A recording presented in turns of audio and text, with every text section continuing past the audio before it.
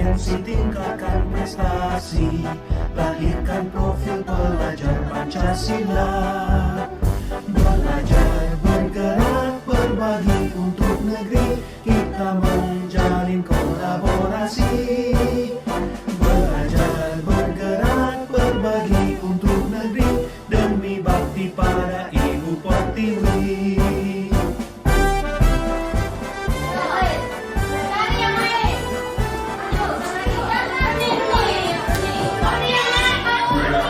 Untuk kekuatkan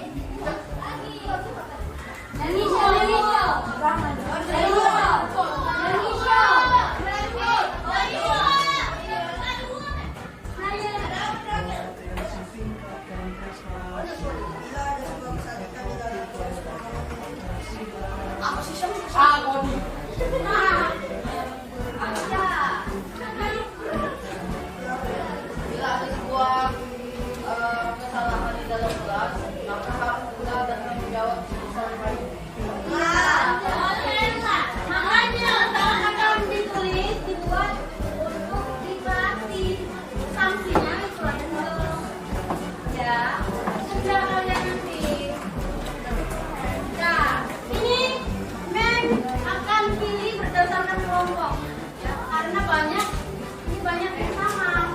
Pasti banyak yang sama. Jadi kelompoknya kayak ini. Contohnya jangan berisik, tidak membuat keributan. Ini kan sama. Ya, biar cepat, oke? Oke ya. Nomor tahu ada yang mau bantu men? Orang. Cowok sama cewek ayo. Pin. Bantu men mengelompokkan berdasarkan kesepakatan. Ini zaman kelompok. Ayo Pak, bebas.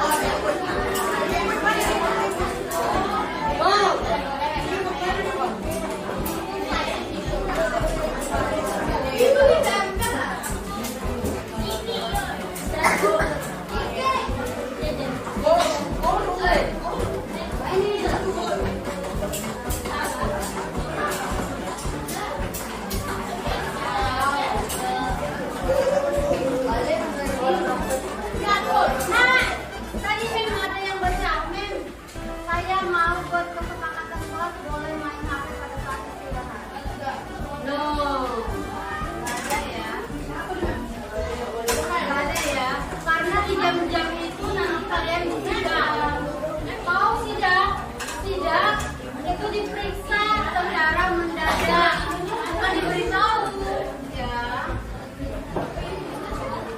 Iya. Kalau sekolah sering lewat, bukan karena lewat pengen nilai, ya sambil ngecek. Apalagi pada saat jam kosong, banyak yang main HP katanya. Makanya nggak boleh ya.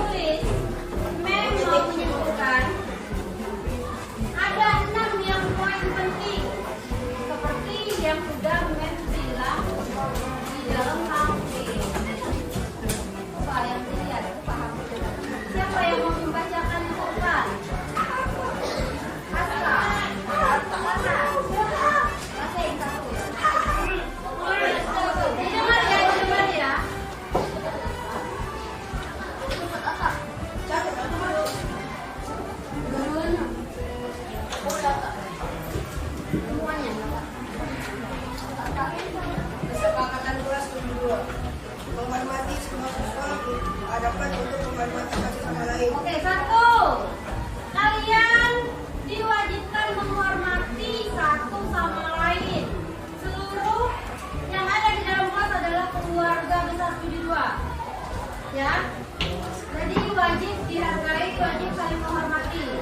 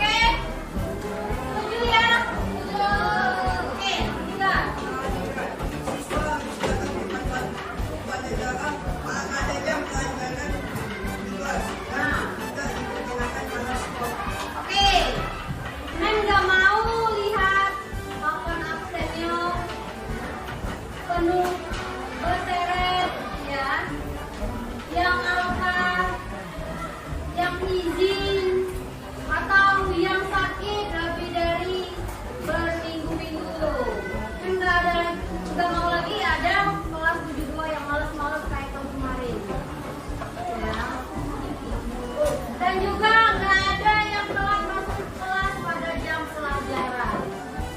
Apapun alasannya, memang aku tadi dari WC, sudah sejam di luar di WC. Oke? Oke?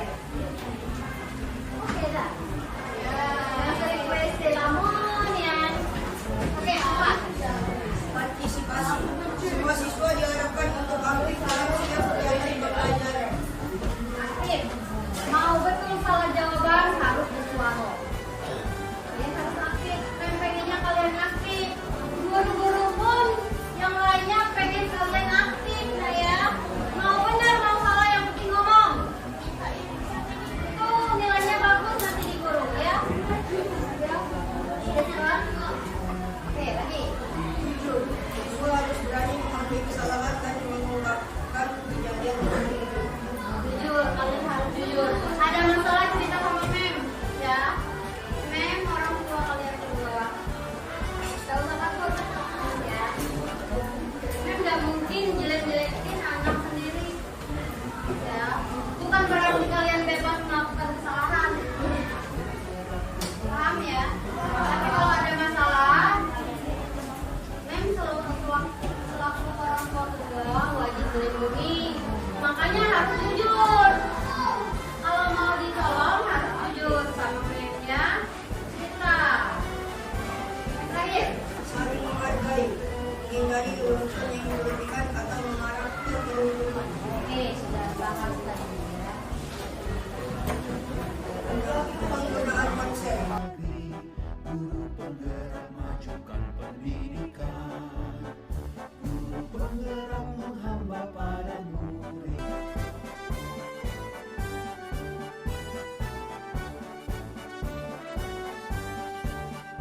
Bulatkan tekad, kuatkan hati. Negeri ini memanggilmu kawan. Belajar bergerak berbagi untuk negeri. Guru penggerak majukan pendidikan. Guru penggerak menghamba pada murid.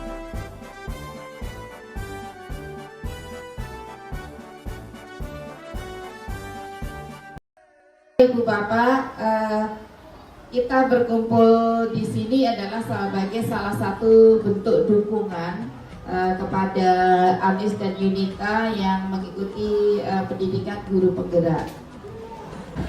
Ada angkatan ke-12 nanti, kalau itu dibuka silahkan yang sudah memenuhi syarat untuk ikut. Syaratnya itu hanya masa kerja. Masa kerjanya sudah minimal 5 tahun. Tidak ada pakai statusnya PNS atau tidak ya, semuanya bisa ikut.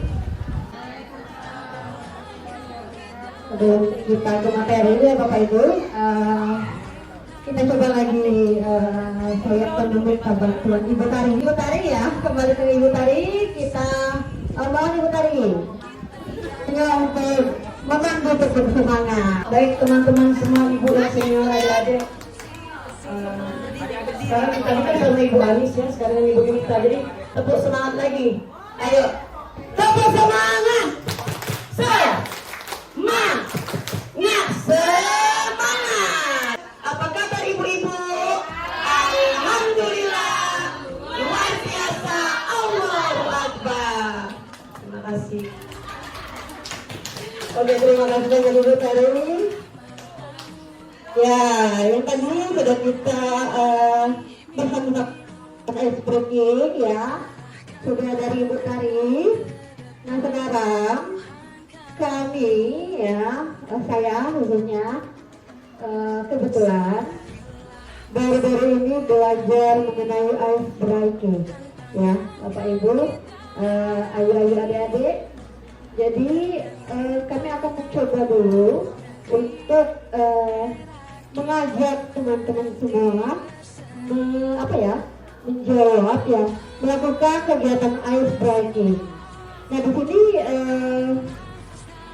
kemungkinan ada beberapa dari Bapak Ibu semua yang mungkin sudah pernah melakukannya ya, menerapkannya di kelas, tapi juga ada mungkin kebanyakan yang belum mengenal ya ice breaking yang satu ini.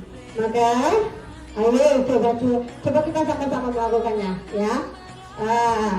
Saya meminta kesediaan Bapak Ibu semua untuk ikut berpartisipasi. Kita coba fokus bersama-sama ya. Tolong silakan fokus. Ini pada saya ya Bapak Ibu. Cluenya adalah nama benda. Oke, saya ulangi lagi. Cluenya adalah nama benda. Jika kipas angin adalah 2.000, terus ada lagi buku tulis ya. Buku tulis adalah 2.000. Kemudian apa lagi? Botol minum juga 2.000. Apalagi Bu Adis? Jam ya, jam 1.000. Lemari buku 2.000. Ya. Pertanyaannya adalah, jika kulkas, ada yang tahu? Kulkas. Oke, silakan Ibu Meta. 1.000. Ada yang punya pendapat lain? Ayo, ada yang mempunyai pendapat lain? Atau masih bingung? Bingung? Oke, saya ulangi cluenya. Cluenya adalah sekali lagi Bapak Ibu. Cluenya adalah nama benda. Jika kipas angin adalah 2.000, ya, 2.000 kipas angin. Buku tulis adalah 2.000. Ya. Apa lagi? Botol minum 2.000, papan tulis 2.000. Pertanyaannya, gas. Ayo, gas. Berapa? Oke, silakan betul. Gas 5.000. 5.000. Harga 5.000 ya. Oke, ada yang punya pendapat lain? Gas 1.000.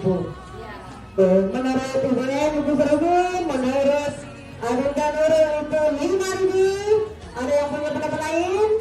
Bingung? Bingung lagi? 1.000.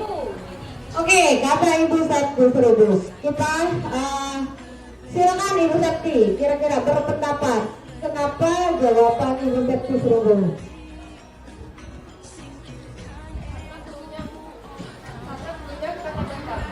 Karena punya kata benda. Kalau menurut Ayudan, Cluenya tadi kata benda. Kata benda itu ada yang terdiri dari 2 kata, ada yang 1 kata. Botol minum 2.000, kipas angin 2.000. Maka tadi apa yang 1.000 tadi sebelum itu jam 1.000, berarti jam 1 kata. Pertanyaannya gas berapa? Berarti gas kan 1 kata. Berarti pendapat saya itu 1.000. Terima kasih.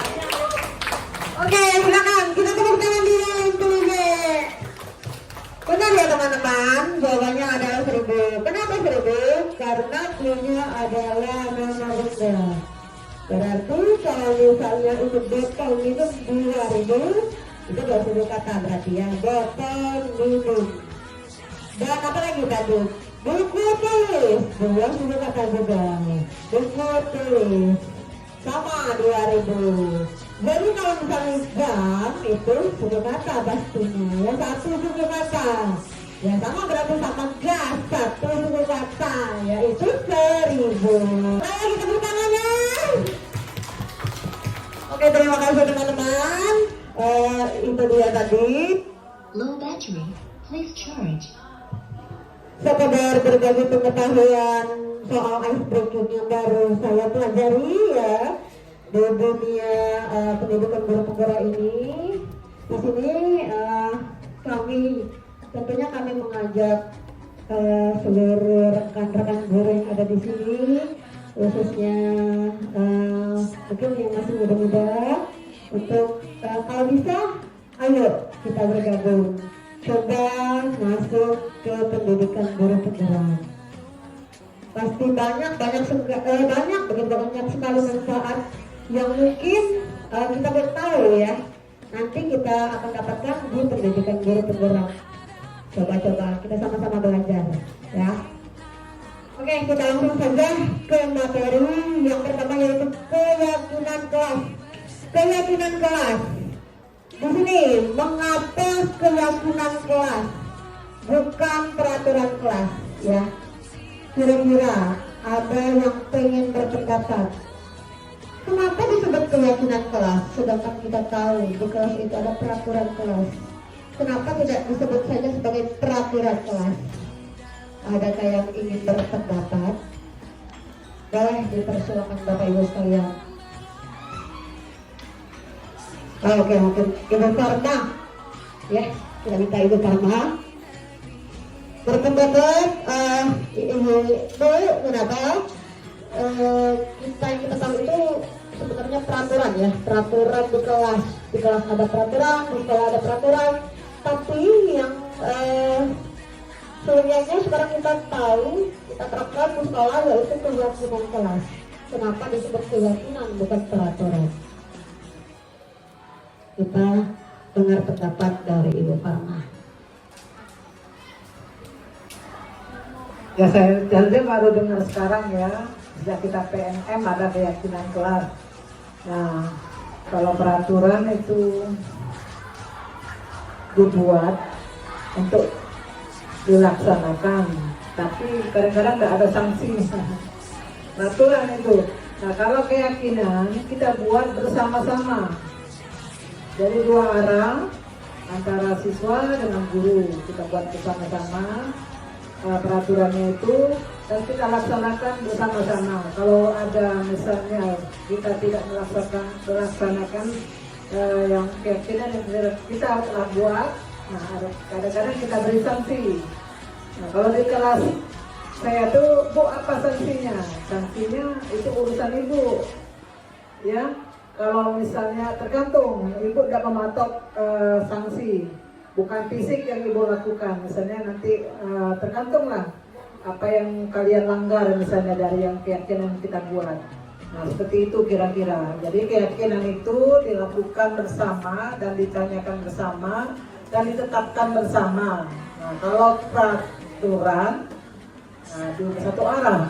Yang buatnya orang, kita tinggal melaksanakan. Oke. Kira-kira begitu. Oke, tepuk tangan dulu untuk Ibu Farma. Terima kasih Ibu Farma. Tadi sudah benar sekali bahwa keyakinan kelas itu berdasarkan dugaan atas kesepakatan guru, siswa, dan seluruh anggota kelas ya, yang bersifat universal. Yang berarti di sini menyeluruh. Semua ikut berpartisipasi ya di dalam keyakinan sekolah. Sedang peraturan ya, peraturan biasanya dibuat oleh guru satu orang ya, satu orang gurunya. Lalu bersifat satu arah. Nah, di sini keyakinan kelas dapat diterapkan untuk membangun budaya positif di lingkungan sekolah. Ya, kita tahun kemarin kita sudah mencoba untuk menerapkan praktek di PNM ya, kita mengambil budaya positif. Nah, di situ sudah kita dituntut untuk belajar secara otodidak apa itu budaya positif ya. Jadi sedikit banyak mungkin ibu bapak sekalian sudah mengetahui gambaran dari budaya positif. Jadi dengan keyakinan kelas di setiap kelas diharapkan mampu mewujudkan tujuan dari pendidikan yang lebih berorientasi kepada nilai luhur Pancasila atau profil pelajar Pancasila. Nah, di sini kami coba memberi suatu tips untuk membuat keyakinan kelas, yaitu ada menulis keyakinan yang diinginkan. Jadi kita minta dulu murid untuk menuliskan satu persatu keyakinan kelas yang mereka ingin terapkan ya. Kita kan kita ada 38 siswa, jadi kita minta satu persatu mereka menuliskan keyakinan kelas yang mereka ingin terapkan mungkin nantinya. Yang kedua adalah guru dan murid mengulas kewajiban yang telah ditulis. Nah, setelah kita menyuruh murid menuliskan keinginan mereka, kita suruh satu persatu dari mereka untuk mungkin menempelkan apa-apa saja yang telah mereka tuliskan ke papan tulis mungkin di selembar sticky note ya. Yang ikut pemaparan dari kami berdua kemarin, di situ kita coba membuat tanya jawab pakai sticky note. Nah, itu kurang lebih seperti itu. Jadi yang ketiga itu yaitu guru dan murid memilah keyakinan kelas yang paling penting. Jadi di antara 38 yang ditulis oleh siswa di sticky note tadi, kita mengajak keikutsertaan siswa untuk memilih yang mana yang kira-kira penting dari keyakinan kelas yang telah mereka buat itu untuk diterapkan menjadi kesepakatan kelas. Ya, kita kita ajak anak-anak untuk semua ikut berpartisipasi memilah keyakinan kelas yang telah mereka buat sendiri. Kemudian ada lagi mengubah keyakinan kelas menjadi kalimat positif.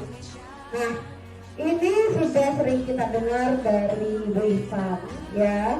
Kita sudah tahu bahwa misalnya ya Bapak Ibu, ada anak-anak membuat salah satu siswa membuat keyakinan kelas yang berbunyi, jangan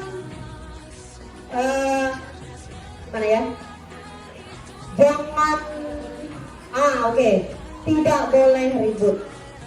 Nah, dari kata-kata tersebut itu masih mempunyai konotasi negatif, ya, yaitu jangan atau tidak boleh.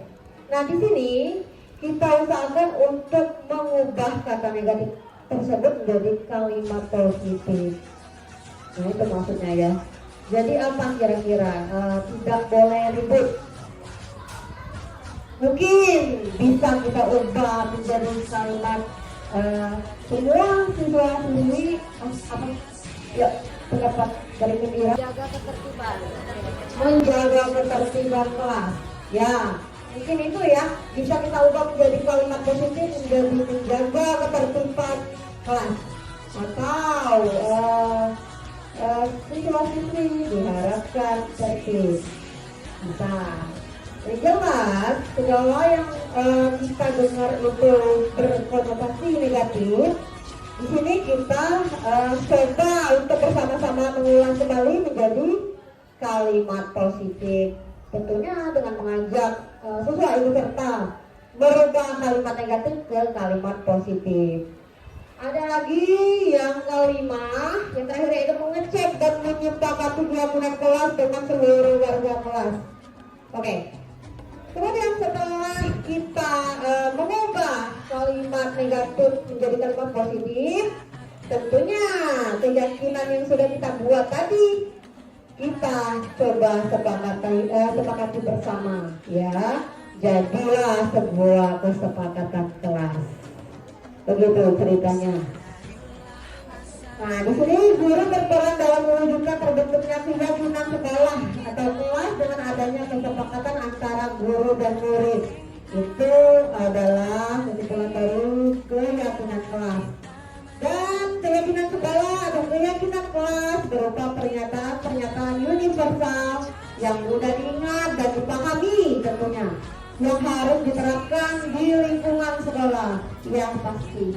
Itulah yang dinamakan keyakinan kelas atau kesepakatan kelas yang sudah disepakati secara bersama-sama. Nah, ini dia. Kami kemarin coba membuat sebuah video pendek yang berisi tentang kesepakatan kelas. Ya. Nah, di situ mungkin tidak kami tampilkan di sini.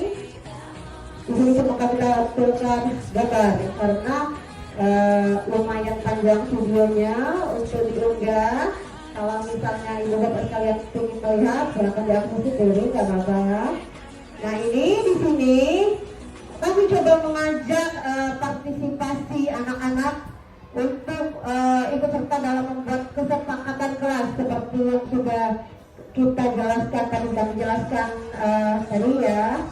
Jadi di sini kami membuat kesepakatan kelas ada 7 ya, ada 7 kesepakatan kelas yang sudah kami sepakati bersama, yang sudah kami ubah menjadi kalimat positif sehingga menghasilkan kesepakatan kelas 7. Yang diantaranya adalah menghormati. Menghormati di sini semua siswa diharapkan untuk menghormati satu sama lain, ya. Jadi kalau sudah menjadi anggota kelas tersebut, semuanya harus saling menghormati, menghargai. Tidak ada lagi ribut-ribut ya. Maksudnya ribut-ribut di situ semua saling menyayangi. Ya, tidak boleh lagi ada yang cocok di kelas itu. Yang kedua adalah komunikasi. Semua siswa diharapkan untuk bersikap sopan dan santun dalam setiap kegiatan pembelajaran. Itu harus, ya. Di kelas 72 itu harus. Jadi kemarin kami sudah membuat kesepakatan itu, yang mana murid semua siswa harus sopan dalam beretika ya, attitude first. Jadi itu yang kami terapkan. Kemudian ada lagi kehadiran. Nah di sini siswa harus datang tepat waktu, ya. Dimana kita sering mengalami mungkin ya Bapak Ibu, jika siswa sering izin ya, izin di jam pelajaran itu permisi saya mau WC. Nah kadang siswa itu nggak pulang-pulang, ya. Ada yang mungkin 1 jam pelajaran ya, sampai 1 pelajaran ada beberapa dari siswa yang nggak mau pulang. Nah itu yang kami jadikan kesepakatan kelas, ya. Jadi di situ siswa harus datang tepat waktu pada jam pembelajaran di kelas. Jadi nggak ada lagi yang namanya kalau sudah masuk jam pelajaran semua siswa harus masuk, harus standby. Nggak ada lagi yang permisi di jam tersebut. Jadi nggak ketungguan gitu, ya. Ada lagi ya itu partisipasi. Semua siswa diharapkan untuk aktif dalam kegiatan pembelajaran. Mau mereka mengerti, paham ataupun tidak sama materi, ya. Yang penting gak aktifan dulu, ya. Kita itu senang Bu, nengok siswa yang aktif. Tidak apa-apa nyerocos. Yang penting masih berkaitan dengan materi kita. Nah itu benar kamu salah, yang penting mereka itu aktif. Kalau kita misalnya nanya, ada ikut partisipasi siswa tersebut, walaupun memang kita tahu jawaban siswa tersebut belum betul, ya pasti sering kita alami. Kita pengen melihatnya kayak itu, jadi suasana kelas itu aktif, rame, bukan sekedar ribut-ribut kosong, ya yang seperti kita alami hal ini, ya. Di kelas itu juga sering juga begitu. Makanya kami coba membuat kesepakatan kelas yang seperti tadi. Ada lagi yaitu jujur. Di sini siswa harus berani mengakui kesalahan dan mengungkapkan kejadian dengan jujur. Nah ini di sini peran wali kelas ya, peran wali kelas ya, kita itu sebagai orang tua kedua di sekolah. Jadi kalau ada apa-apa kembali ke wali kelas, ya semuanya masih kembali ke kita, ke wali kelas, guru kelas ya, ke wali kelas yang menghandle semuanya. Jadi ini di sini kita tuh pengen siswa jujur, kalau ada masalah dia cerita ke kita. Jangan sampai nanti kita selaku wali kelas dapat cerita dari guru lain. Kan itu yang pengen kita hindari itu seperti itu.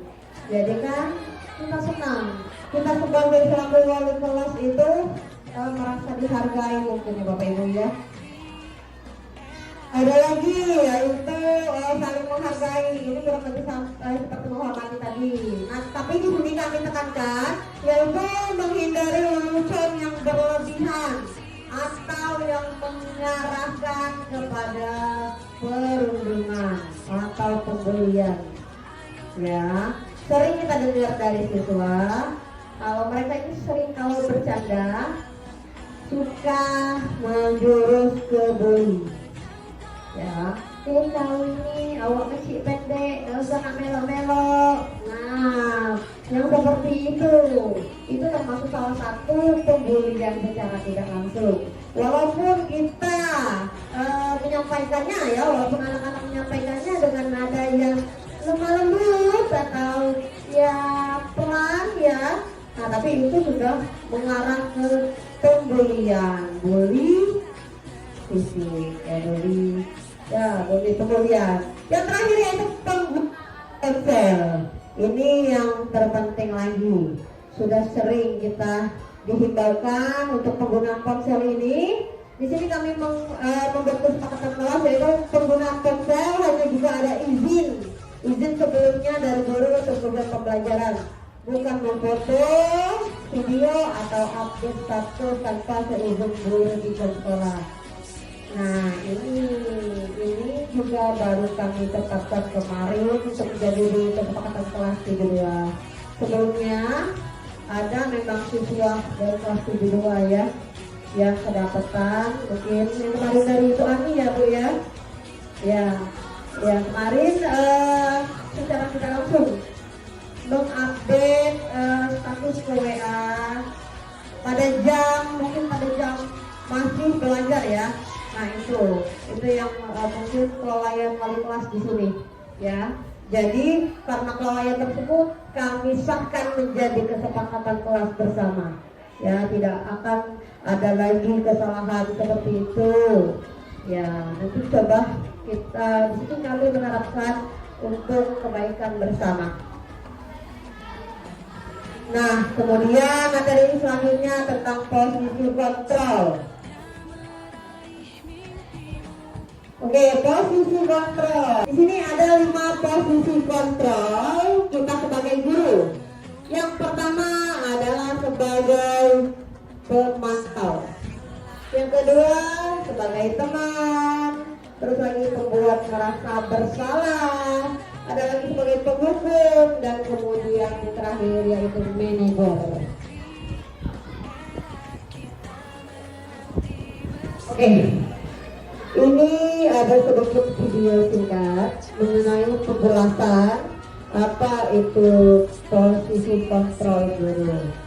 Silakan teman-teman sekalian untuk menyimak video berikut. Ini penting untuk kita ketahui.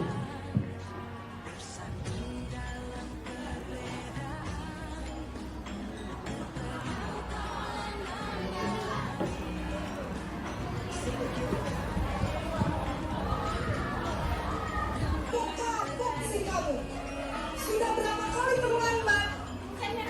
Sana, kamu keliling lapangan basket 2 kali. Kenapa saya harus keliling lapangan basket, Bu? Kenapa? Kamu melawan ibu? Berani-beraninya jawab. Sudah terlambat, masih berani jawab pula. Sekarang, keliling lapangan basket 5 kali sekalian. Biar kapok. Cepat, pergi sana ke lapangan basket. Ibu dan bapak guru hebat. Dampak yang terjadi pada murid ketika guru berada pada posisi penghukum adalah murid cenderung akan memberontak, bahkan menyimpan dendam. Oke, ada Bapak Ibu yang berada di posisi seperti itu. Sepertinya tidak ada ya guru kita ya. Oke, yang kedua.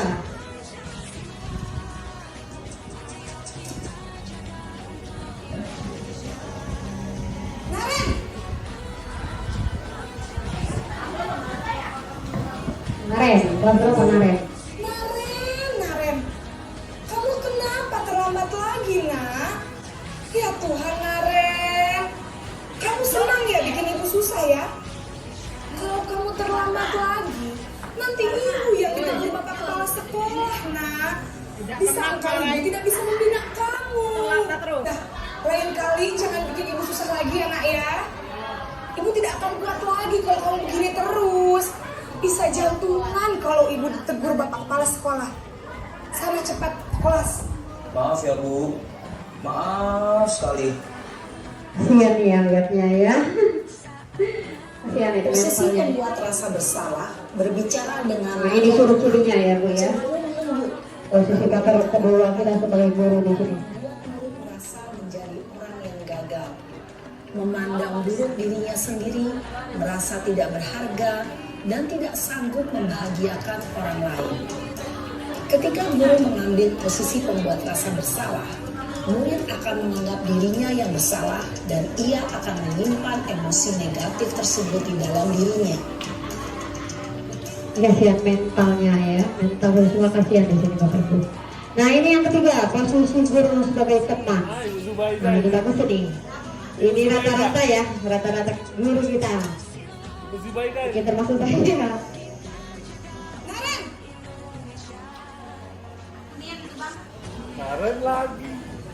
Selamat pagi Bu. Wah, sudah jam berapa ini, nak? Terlambat lagi ya, sayang. Aku lihat ya Bu ya. Habis ibu saya lupa bangunkan saya Bu. Udah tadi, Pak. Kamu malah menyalahkan ibu kamu. Kamu bukan Panisnya, ibu gurunya. Kok terlambat sih? Iya Bu, saya memang terlambat bangun tadi. Jadi biar saya lari kencang, tetap gak kencang Bu. Ya sudah sana. Nanti lain kali larinya lebih kenceng lagi ya. Maka disuruh lari kenceng Bu ya. Bikin seneng ibu demi ibu. Bisa kan? Bisa Bahasanya. Bu. Sehingga di lain waktu, murid bisa berperilaku baik, namun hanya kepada orang-orang Ini yang harus digarisbawahi. Hanya mungkin kepada guru-guru tertentu ya.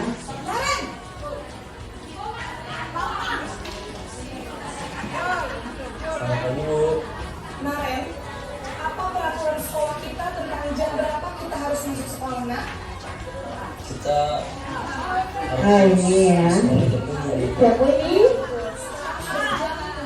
Mr. Bambang ya. Konsekuensinya juga terlambat saja. Paham Bu. Saya harus tinggal Berdasi dulu. setiap istirahat selama 20 menit. Iya benar, konsekuensinya demikian. Jadi nanti jam 9.30 pas istirahat, kamu harus tinggal di kelas, kerjakan tugas tambahan untuk ketertinggalan kamu, ya? Baik Bu. Posisi pemantau Oke, ini suruh-suruhnya. penghitungan Sebagai monitor. untuk mengontrol murid. Guru mengarahkan murid berdasarkan peraturan dan konsekuensi. Seorang pemantau menunjukkan bahasa tubuh dan ekspresi wajah yang datar dan cenderung formal. Itu jadi dari jauh itu siswa sudah dipantau. Ini yang terakhir posisi manajer. Apa itu posisi manajer?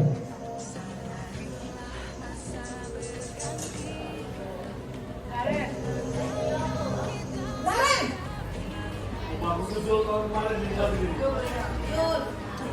Selamat pagi Bu. Selamat pagi, Naren. Maaf Bu, saya terlambat. Iya, sekolah masuknya jam 7, sekarang sudah jam 7.20. Jadi sekarang bagaimana ini, Naren? Maaf Bu, saya lupa start alarm saya semalam. Baiklah, menurut kamu, keyakinan sekolah yang mana yang perlu kamu tingkatkan? Menghargai diri sendiri dan orang lain mungkin ya Bu. Setuju. Jadi, apakah Naren meyakini prinsip saling menghormati tersebut? Iya Bu, saya meyakininya. Apakah Naren bersedia memperbaiki masalah keterlambatan ini? Bersedia Bu. Bagaimana kamu akan memperbaiki masalah keterlambatan ini? Saya akan coba untuk tidak lupa menyetel alarm saya Bu. Baik, kalau Naren lupa menyetel alarm di rumah, ada orang yang kira-kira bisa bantu mengingatkan tidak? Ada Bu, kata saya. Bentar Pak, Dalam kita mau minta pendapat Pak Bambang terlebih dahulu. Bagaimana menurut Pak Bambang? Kira-kira menurut Pak Bambang posisi kontrol guru yang seperti apakah yang seharusnya kita terapkan di sekolah kita ini? Silakan. Terima kasih. Seharusnya semua kita menjadi manajer. Tapi kadang-kadang kita sebagai guru itu punya keterbatasan emosi masing-masing. Sehingga tidak kita lupa harusnya di posisi manajer, jadinya berada di posisi membuat rasa bersalah yang lain. Seharusnya bisa jadi. Terima kasih. Oke, berarti tepuk tangan untuk Bang. Terima kasih Bapak. Satu lagi ya Bapak Ibu, kita coba mendengar pendapatnya Pak Suhar. Oh ya. Pak Suharto dipersilakan. Bagaimana menurut Bapak? Kira-kira dari kelima posisi kontrol tertentu ya Pak ya, menurut Bapak posisi kontrol yang manakah yang seharusnya kita sebagai guru kita terapkan di sekolah kita ini Bapak? Silakan Pak. Ya, saya mohon maaf karena saya tidak mengikut dari awal. Jadi yang saya lihat itu cuma posisi manajer. Itu rasanya sudah cocok dengan saya. Itu saja untuk saya. Terima kasih. Teman-teman untuk kita lihat. Terima kasih Pak Harto.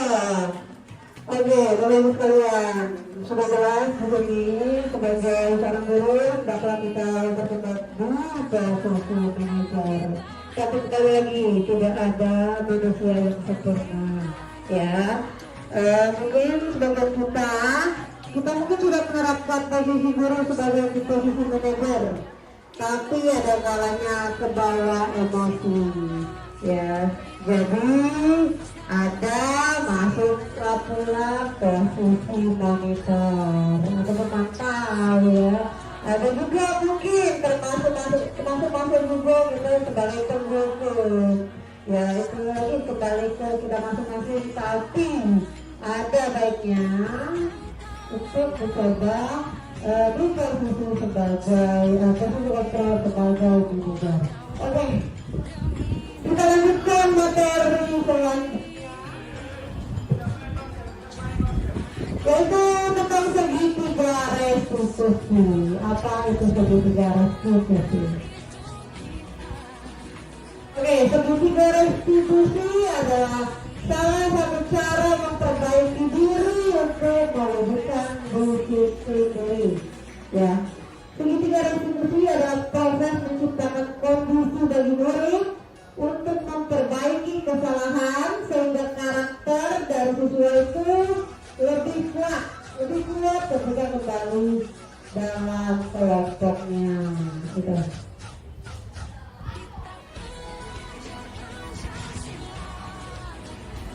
Oke, di sini bentuk dari segitiga restitusi. Yang pertama ada menanyakan keyakinan. Nanti akan dijelaskan secara singkat. Yang kedua yaitu menstabilkan identitas, dan yang terakhir ada validasi tindakan yang salah. Ya. Nah, menstabilkan identitas di sini maksudnya yaitu dilakukan berdasarkan prinsip bahwa membuat kesalahan adalah bagian dari proses pembelajaran yang nantinya akan terus menggeser identitas gagal ke identitas sukses. Ya, oke, ini dia contoh kalimat yang sering kita dengar ya. Nah, berbuat salah itu adalah hal yang manusiawi. Tidak ada manusia yang sempurna. Kita pasti bisa menyelesaikan permasalahan ini. Ya, terus ada lagi. Bapak Ibu sudah tertarik untuk mencari tahu siapa yang benar, siapa yang salah di sini. Bapak dan Ibu lebih tertarik menyelesaikan masalah.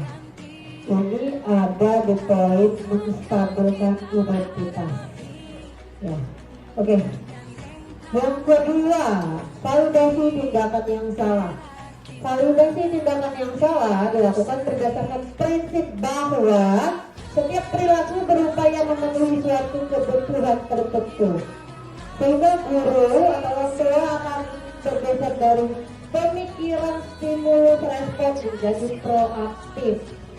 serta akan lebih mengenali dan mengakui kebutuhan murid atau anak didiknya. Contoh kalimatnya, kamu pasti punya alasan mengapa melakukannya. Maukah kamu belajar cara lain untuk mendapatkan yang kamu butuhkan tanpa harus memukul, nak?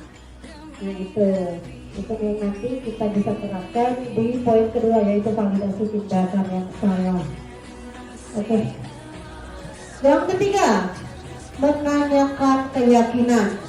Menanyakan keyakinan maksudnya di sini adalah memberikan pertanyaan-pertanyaan bermakna kepada murid atau anak didik untuk memunculkan motivasi secara intrinsik sehingga mampu mengaitkan keyakinannya dengan tindakan yang salah. Contoh kegiatannya, contoh kalimatnya yaitu, kamu ingin menjadi anak seperti apa?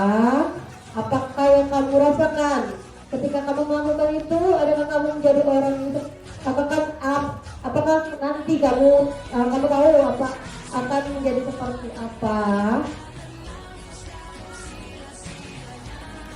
Nah itu kurang lebih itu penjelasan tentang segitiga restitusi. Nah ini kemarin kami coba membuat penerapan segitiga restitusi ya Bapak Ibu ya. Kami bagi kesempatan anak kelas 71 dalam praktek ini.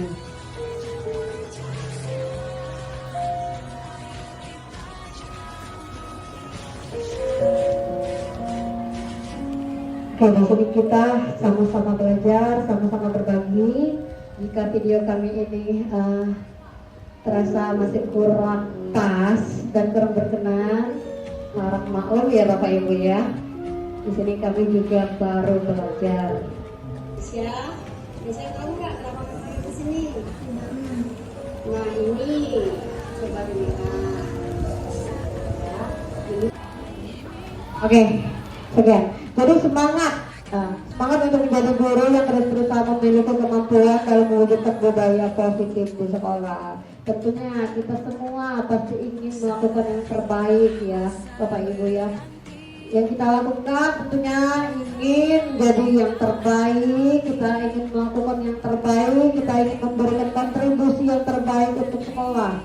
Ya, itu kalau bisa kita ini semuanya ingin menjadi yang terbaik. Ya, semoga kita bersama-sama bisa mewujudkannya dalam aplikasi nyata. Nah, pagi hari makan kuaci. Mantap. Coba direspon Bapak Ibu. Cakep apa mantap Bu? Pagi hari makan kuaci. Cakep. Makannya bareng orang terkasih. Cukup sekian kombel kita hari ini. Cakep. Ya Dinda. Kami ucapkan banyak terima kasih. Wassalamualaikum warahmatullahi wabarakatuh. Terima kasih Bapak Ibu. Terima kasih. Salam guru bergerak, menggerakkan. Semoga angkatan 12 semakin banyak lagi dari SMP Negeri 2. Amin. Assalamualaikum warahmatullahi wabarakatuh. Terima kasih Bapak Ibu. Terima kasih.